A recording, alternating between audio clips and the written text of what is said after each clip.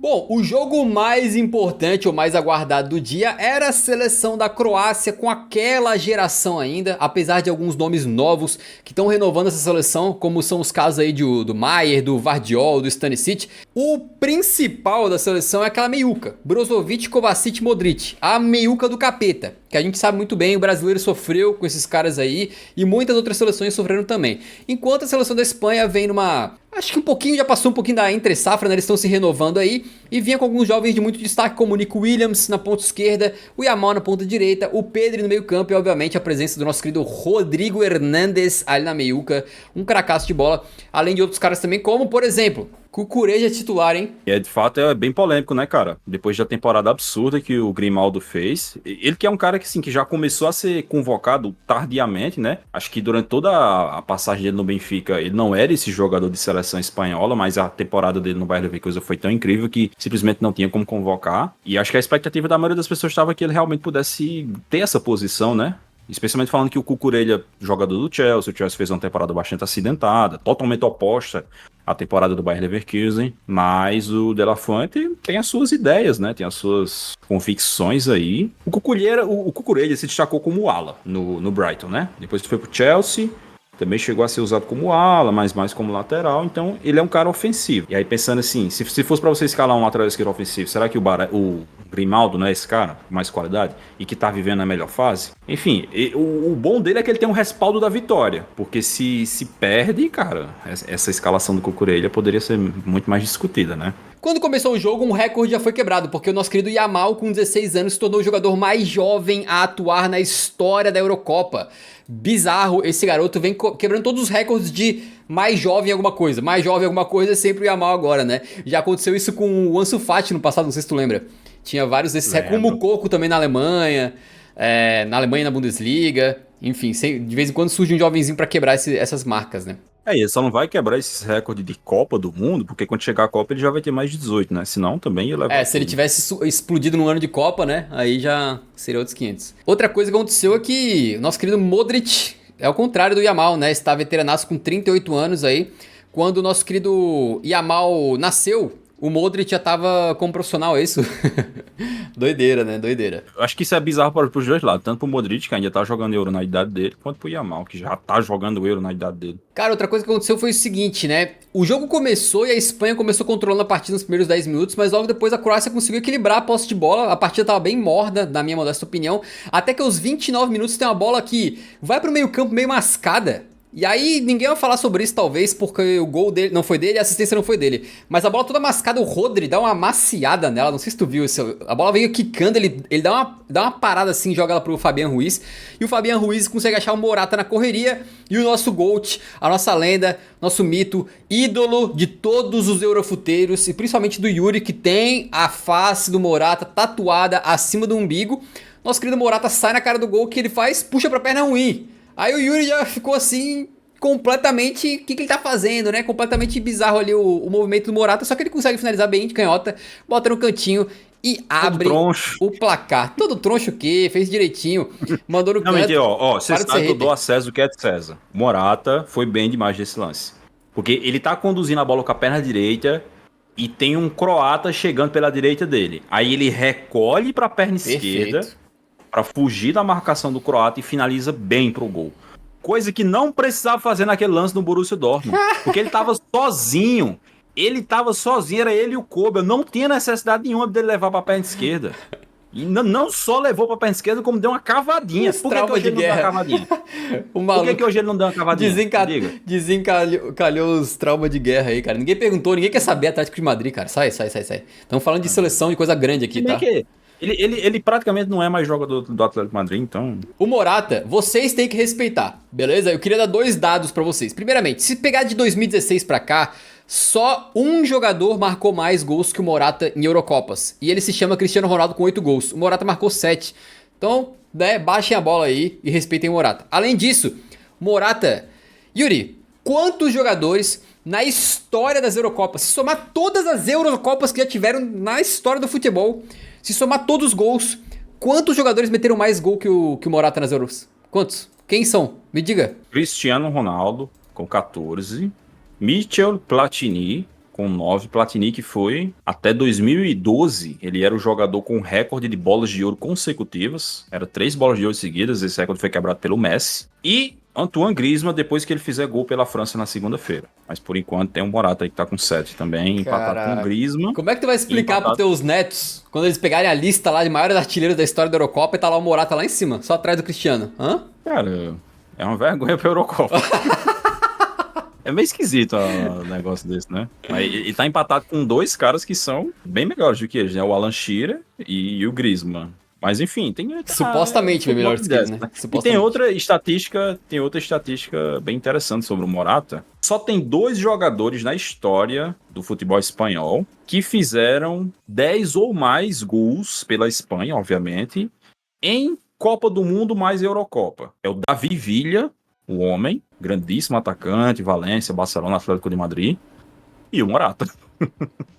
Cara, é engraçado, porque a Espanha tem Luis Suárez, Fernando Torres, Raul, e o Morata foi mais gol do que esses caras em Euro em Copa do Mundo. Acho que essa foi a primeira chance do jogo, né? Que o Morata guardou aí, abrindo o placar. E logo depois o Lamine Yamal faz uma bela jogada pela direita, toca no meio ali para o nosso querido Pedri. O Pedri toca no Fabian, e aí o Fabian mete uma de Messi, né? Por 2 segundos ali ele foi o Messi. Ele puxa para um lado, tira do Modric, aí vem o Brozovic na marcação, ele puxa pro outro, canhota no canto, botou certinho, meteu o gol dele logo depois de dar uma assistência, né? Então nesse momento já era forte candidato aí a Man of the Match, um belo gol que abriu o placar 2-0, abriu o placar não, ampliou o placar pra Espanha. Uma partida que tu pensava... Você viu que deu uma desviadazinha, né, nesse chute do Fabian? No ângulo de trás, mostra. Desvia na canela do jogador da Croácia. Mas tu acha que desviou a ponto de matar o goleiro, não? Não, né? Não, porque ela não desviou a direção. Ela tava indo pra cá, só que ela tava indo um pouco mais pra cá. Aí desvia na canela do croata e vai certinho no cantinho. Seguindo, no primeiro tempo, ainda teve o terceiro gol, quando o Yamal pega uma bola de um escanteio ali, né? Faz a jogadinha e manda lá dentro, por trás da defesa, pro aparecimento do Carvajal, como se fosse um camisa 9 que chega a dar um carrinho, empurra pro gol.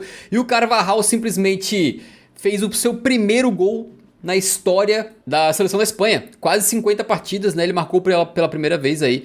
Então tá numa fase muito boa. E com isso o Yamal se tornou o jogador mais jovem da história a participar de um gol, né? No caso com uma assistência, com um passe pra gol, na história das Eurocopas. E cara, pra mim o jogo não tava tão diferente. O jogo não tava tão desequilibrado a ponto da Espanha meter 3-0. A Croácia conseguia manter um pouco da posse de bola e criava algumas chances, só que as chances que a Espanha criou foram muito mais claras e eles foram muito mais eficientes, né? A gente lembra aqui, por exemplo, de um lance que tem uma jogada na ponta direita que chega no Gvardiol na ponta esquerda e ele manda uma finalização que passa tinindo a trave ali. A Croácia teve essa boa chance, né? Mas no final das contas, não tem jeito. A Espanha foi muito mais eficiente, meteu as 3 buchas. E quando chega pro segundo tempo, a Croácia meio que teve que começar mordendo, né? Então eles vieram com uma atitude um pouco mais diferente, deixaram um pouco daquela questão assim de tocar muito passe, não sei o que, de lado. Tentaram pressionar um pouquinho mais, tentaram marcar um pouquinho mais em cima, né? Só que no final das contas, a Espanha que tava achando os espaços mesmo assim, porque o Pedri num contra-ataque acha o Morata cai no chão, a bola volta no Pedri, ele manda no Yamal na ponta direita, o Yamal domina. Amigo, o campo aberto, assim eu falei, já era. Jogador mais jovem a fazer gol na história das Eurocopas, né? Com certeza. E ele manda no cantinho certinho, mas quem que aparece lá? Aquele goleiro safado, aquele vagabundo daquele Livakovic, cara. Que defesa desse homem, cara. Eu não me lembro agora quem era que tava narrando o jogo, mas ele lembrou do gol do Rivaldo contra a Inglaterra, que o Rivaldo faz exatamente o mesmo chute, só que o Rivaldo conseguiu mandar mais no canto. O Lamine Yamal fez um movimento correto, ele ajeitou o corpo correto, chapou correto, porque o Livakovic realmente fez uma grandíssima defesa. É, foi muito boa. E esse jogo também teve um lance que, eu não sei, eu achei papo de expulsão, que foi aquele lance, papo de expulsão pelo menos alguma coisa. Que foi aquele lance do Carvajal com o Maier. Tu tá ligado? Tem uma bola ali na área, eles estão disputando, acho que ia ser cobrado num escanteio, uma falta, alguma coisa assim. O Carvajal pega o Maier, cara, mas ele não dá um abracinho, não dá uma puxadinha. Ele pega a cabeça do Maier e enterra pra baixo assim, irmão. Ele não chega a dar um soco na cabeça do cara, mas ele pega com as 2 mãos assim, ó. E destrói o cara, joga no chão. Tu não achou que aquilo ali foi uma agressão, cara? Eu achei que foi. Eu acho que se fosse expulso, eu não iria reclamar, mas eu também não reclamo de não ter sido expulso, porque é muito tênue o lance. Uhum. Tipo assim, é laranja, tá ligado? É um lance muito laranja. O famoso cartão laranja, tu disse? Mas sabe que o Carvajal tem um fator bem interessante sobre ele? O Carvajal tem 15 gols na carreira. 7 foram nessa temporada. Ou seja, quase metade dos gols dele ele marcou só nessa temporada. Ele tá veterano, tá mais confiante agora, né? Tá mais agressivo também. Não, ele sempre foi agressivo, ele é meio porra louca, tá ligado? Você vai lembrar na final da Champions ele se estranhando com o ADM, né? Mas enfim, é mais um jogador do Real Madrid que fez a temporada da carreira, bizarro. Só querendo dizer que é o seguinte, a Croácia teve um grande lance que foi daqueles que a bola fica pipocando dentro da área e tu fica, pô, como é que essa bola não entrou, né? Vai uma bola pra área, o Cucurella tira em cima da linha, depois ela volta de cabeça, não sei quem é que manda lá, e o Nai Simon pega no rebote. E o Nai Simon, que fez essa boa defesa nesse lance de perigo, depois faria uma pichotada. O Nike tem um histórico, uma ficha corrida grande já de falhas bizonhas, né? Ele é um goleiro que é bom debaixo das traves defendendo, né? Mas às vezes ele dá umas coisas assim que tu não consegue entender. E dessa vez aqui ele deu uma bola nos pés de um croata. Aí o nosso querido Petkovic dribla o próprio Unai Simon e estava com o gol aberto, era só empurrar que ele faria o gol. Chega o Rodri por trás, aparentemente dá um toquinho muito pequeno, que é o suficiente para este horroroso deste Petkovic dar uma tropeçadinha e chutar o chão. Quando mostra por um ângulo, parece que o Rodri não toca, porque parece que tá chutando o chão sozinho. E se foi o que aconteceu, foi ridículo, porque o gol tava aberto, cara, era só fazer o gol. E o maluco dá uma bica no chão. Mas eu consigo acreditar, eu não vi um ângulo que me que 100% provasse pra mim que o Rodri tocou, mas a princípio o Rodri dá uma desviadinha na perna dele. Isso é o suficiente pra ele perder o equilíbrio e chutar o chão. O Rodri fez esse pênalti então, e o Petkovic vai pra batida, ele bate e o Nai Simon pega. Só que daí, no rebote, algum croata ali, agora não tô lembrando quem, muito rapidamente entra dentro da área, consegue colocar pra dentro e no rebote ali o Petkovic... Foi o Perisic, né? E o Petkovic acaba completando e fazendo o gol da Croácia. Aí era 3-1, só que esse lance foi invalidado, porque depois da defesa do Unai Simon, quando eles voltaram no VAR lá, eles viram que tinha havido invasão de área por parte dos croatas, portanto, eles conseguirem pegar o rebote, tinha sido legal, porque eles já estavam dentro da área quando a cobrança foi feita. Daí o gol foi invalidado e acabou assim, então 3-0 com esse lance meio bizarro no final, né? Mas no final das contas, uma Espanha que foi muito menos ofensiva e dominante no segundo tempo, a Croácia... tentou ir um pouco mais pra frente, a Espanha também acabou poupando algumas peças ali, né, depois do 3-0, fazendo algumas substituições, mas a Croácia também longe de meter aquela pressão monstra, e eu acho que teve algum momento ali, cara, no meio do segundo tempo, que o próprio Dalit, treinador da Croácia, ele desistiu, eu acho, Yuri, não sei se tu concorda, porque, pô, o bicho chegou assim, tava 3-0, ele pensou, rapaz, depois tem jogo contra a Itália, vamos poupar, rapaziada, ele tirou o Modric, tirou o Kovacic, e depois tirou outros jogadores importantes também. O Modric eu não acho que fez uma boa partida, mas também eu vi gente massacrando como se ele não tivesse jogado nada. Também acho que não foi isso. Acho que só não se destacou muito. Pra mim, o melhor da Croácia foi o Kovacic de longe, fez algumas boas jogadas ali. O cara quer que o Modric, com 56 anos de idade, carregue a Croácia numa Eurocopa. Pô, pera lá. Mas vai carregar. Espera contra a Itália e contra a Albânia, pra tu ver. Espera. Cara, eu achei que foi um jogo muito esquisito. Um jogo pra lá de esquisito, porque como você falou no começo, o jogo não foi desequilibrado pra ter esse placar de 3-0. Acho que tanto no primeiro tempo quanto no segundo tempo a Croácia teve seus momentos que eles não conseguiram aproveitar. Isso é um problema crônico da Croácia, né? Porque essa geração da Croácia, comandada pelo Zlatko Dalic, ela é muito marcada pelo meio-campo e às vezes pela defesa. Quem não lembra em 2018 do zagueiro Vida, devolva minhas fantasias. 2022, a gente teve o Vardiol como grande destaque, né? E os meio-campistas, como sempre, né? Brozovic, Kovacic, Modric, essa galera aí, Rakitic antes, né? Um pouco mais atrás. Então sempre foi uma equipe que se destacou mais pelo meio-campo. E no ataque, pô, difícil, cara, a Croácia ter um bom atacante, assim, boa fase, chegando nessas competições. Então, acho que o último grande atacante que a Croácia teve foi o Mandzukic. Isso aí já faz bastante tempo, né? Então, acho que isso acaba faltando. E, assim, sobre o jogo, como eu falei, a prova cabal de que o jogo não foi tão desequilibrado quanto o placar é que, ó, o XG desse jogo, Espanha, 1,91 gols esperados. Croácia, 2,48 gols esperados. A Croácia teve mais de meio gols esperados do que a Espanha. Mas tem que levar em conta também que a questão do pênalti, ele dá uma maquiada, porque o pênalti é 0,8, né, de XG, se eu não tô enganado. Mas ainda assim, pô, é quase 3 XG. Sim. Sem fazer gol, tá ligado? No jogo que eles não fizeram gol.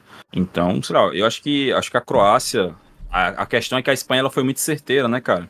Ela chega ali na primeira com Morata, pá, lance seguinte com o Fabian Ruiz, pá, final do primeiro tempo, boa bola do Lamine Yamal. E assim, cara, tem um ângulo inverso que mostra a finalização do Carvajal. Pega muito bem na bola, cara. O pé dele tá praticamente assim, tá ligado? Só pega com a chaleira do pé assim. Então, finalização muito, muito boa do Carvajal. Então, A Espanha foi muito certeira, coisa que a Croácia definitivamente não foi. E foi uma baita estreia, cara. No final das contas, tem decisões ali do De La Fuente que poderiam ser questionadas, como o Cucurella, até o próprio Morata, se brincar. Embora seja um jogador que na Espanha tem bastante prestígio. Não à toa ele é o capitão, né? E aí teve toda essa polêmica da questão da abraçadeira. As pessoas disseram, mas tinha que ser o Carvajal, tinha que ser o Rodri. Mas na Espanha a capitania é por tempo de casa. Então quanto mais jogos o jogador tem pela seleção espanhola, que o que tem mais jogos ali, ele é o capitão. Isso, inclusive, isso é meio que tradicional, né? Se você vai para os clubes espanhóis, por exemplo, Real Madrid e Barcelona, quem é o capitão? O jogador que está mais tempo no clube. Então, acaba que isso é levado para a seleção também. Eu discordo dessa política, já falei isso 1000 vezes, eu acho que não faz sentido o cara ser seu capitão só porque ele tem mais jogos ou só porque ele tem mais tempo de casa. Para mim, o capitão tem que ser o cara que é mais o líder ali, o cara mais respeitado, o cara que tem voz ativa. Mas, enfim. Tá aí, Moratão, camisa 7, capitão. Terceiro maior artilheiro da história da Eurocopa, calando a boca do senhor Pedro Silveira, que fala mal dele todos Eu os sou programas. fã do Morata, quem é hater aqui é tu. Você é fã do Morata? É porque ele nunca jogou no Tottenham. Se tivesse jogado, eu queria ver. É igual os fãs do Lamela, na época que o Lamela tava no Tottenham. Aí o maluco fazia aquele gol de letra aí, do nada, todo mundo achava que o Lamela era bom. Aí os caras viam, não, porque o Lamela, porra, cara, o Lamela não joga nada, tinha que ficar falando, convencendo os caras. Aí o Lucas Moura também era igual. Ela fala, não, porque o Lucas Moura, que injustiçado, porque não sei o que, deveria sair. Só o torcedor do Tottenham sabia, né? Que não era nada daquilo. De qualquer Outro maneira. cara que foi muito bem também foi o Pedri, hein? Grande jogo do Pedri. A gente tava questionando, né, se ele faria uma grande Eurocopa, e ele foi muito bem nessa primeira partida, apesar de que ele saiu com 60 minutos, acho que ele saiu meio cedo. De qualquer maneira, nosso Man of the Match acabou sendo Lamine Yamal. Ele conseguiu driblar bastante, ele não tocou tantas vezes na bola assim, mas sempre que ele pegava parecia que ele ia criar alguma oportunidade, né? Participou do segundo gol, o gol do Fabian, deu assistência pro gol do Carvajal, deu mais um passe ali interessante também, nota 7,5, um cara bastante ativo. E essa vitória da Espanha acabou com uma derrota, uma quebra de uma... Cara, isso aqui, se for verdade, é inacreditável, mas esse cara escreve pro The Athletic, né, esse jornalista aqui, então eu acredito no maluco porque o The Athletic é um bom veículo. Ele tá dizendo que a Espanha ficou 136 jogos competitivos com posse de bola superior do que o adversário. Segundo ele, desde a final da Eurocopa de 2008, é que eles estão sempre com mais posse de bola do que o adversário. Isso se quebrou porque a Croácia teve 53% de bola hoje, posse de bola, e a Espanha apenas 47%. Então tá aí um recorde quebrado. Depois do Rodri perder, a Espanha ficou com menos posse de bola. Qual que é a próxima coisa que vai ser quebrada? Tottenham não ganha título, daqui a pouco ganha. Curioso, né, cara? Porque a Espanha passou por muitíssimos maus bocados desde 2014, sempre mantendo essa filosofia de ter mais posse de bola, né? Eu acho que isso mostra que nem sempre, cara, você ficar nessa ideia de, não, a gente tem que ter mais posse de bola, a gente tem que ter mais posse de bola. Nem sempre isso significa bom futebol, tá ligado? Porque, pô, a gente viu a Espanha na Copa do Mundo. Tinha posse de bola pra caramba. E um futebol horrível, um futebol chato, tedioso. Ai, nossa senhora, aquele jogo da Espanha contra Marrocos me dá pesadelo até hoje. Enfim, então acho que é uma boa. Eles fizeram um jogo eficiente. No segundo tempo não precisou manter tanto assim a posse de bola, estavam mais aproveitando ali as escapadas. E é isso, cara. Foi um bom cartão de visitas. O Fabian Ruiz foi eleito oficialmente pela UEFA como o melhor da partida. E além disso, a gente também, obviamente, fomos num site da Croácia, né? E para ver qual que foi a reação dos jornalistas croatas aí a esse resultado. E eles disseram, teve um camarada lá que disse o seguinte: hoje, pela primeira vez, eu vi o Luka Modric jogar mal. Jogou muito mal, segundo ele. Eu discordo, não acho que o Modric foi tão mal assim, não. Acho que ele fez uma partida ok. Outro camarada da Croácia disse que não viu polêmica lá no lance do Rodri, né? E acha que o pênalti foi bem marcado e que o Rodri foi muito bem não expulso. Vale lembrar, a regra da punição dupla, ou de evitar uma punição dupla, se aplica quando o pênalti é marcado e o juiz interpreta que o jogador tentou jogar na bola. Tentou fazer uma disputa limpa pela bola, né? E aí, no caso, por isso, o Rodri acabou sendo apenas amarelado e não tomando vermelho, mesmo sendo o último homem, mesmo fazendo a falta na cara do gol. E por último, nós também fomos aí, obviamente, no site do Marca da Espanha. E eles disseram o seguinte: Espanha saca o champanhe, abre o champanhe. Os caras já estão assim. Como é que chama? Na transmissão que eu tava vendo hoje dos espanhóis aqui, eles estavam assim, ó. O que vocês acham que vai acontecer com a Espanha? Votem aí lá no nosso Instagram. Vai ser campeã, vai chegar na final, vai ser a melhor do torneio ou vai ganhar a Eurocopa? Essas eram as opções, assim, tá ligado? Brincadeira, mas os caras estavam bem confiantes que eles vão ser Como sempre, campeões. Né?